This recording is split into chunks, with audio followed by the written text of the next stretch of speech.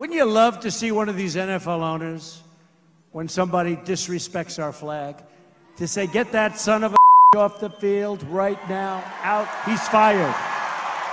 He's fired! The NFL preseason has already begun, and as expected, some players continue to protest racism and police violence. And where we are now, I just think it's important that we continue to, keep this conversation going. As predicted also, President Trump spoke out against their actions on Twitter. He suggested that they didn't even understand the reason for their protests. The odd part about President Trump attacking NFL players and saying that they were unable to define the reasons for the protests is that over the past 2 years of Trump attacking them, he himself has never communicated that he understands the reasons for the protests. I've never said anything about race. This has nothing to do with race or anything else. This has to do with respect for our country and respect for our flag. And for people to disrespect that by kneeling during the playing of our national anthem, I think is disgraceful. They repeatedly have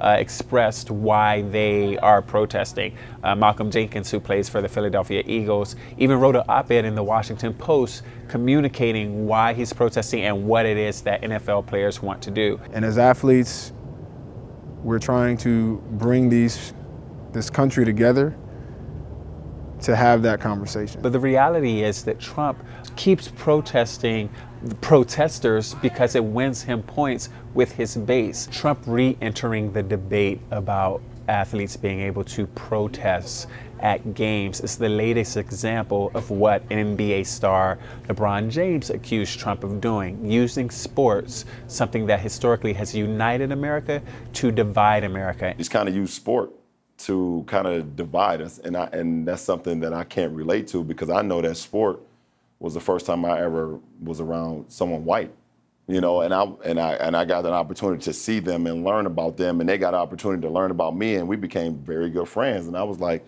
oh wow, this is all because of sports. And sports has never been something that divides people. It's always been something that brings someone together. It's one of the reasons why nearly 7 in 10 Americans consider President Trump the most divisive president in recent history.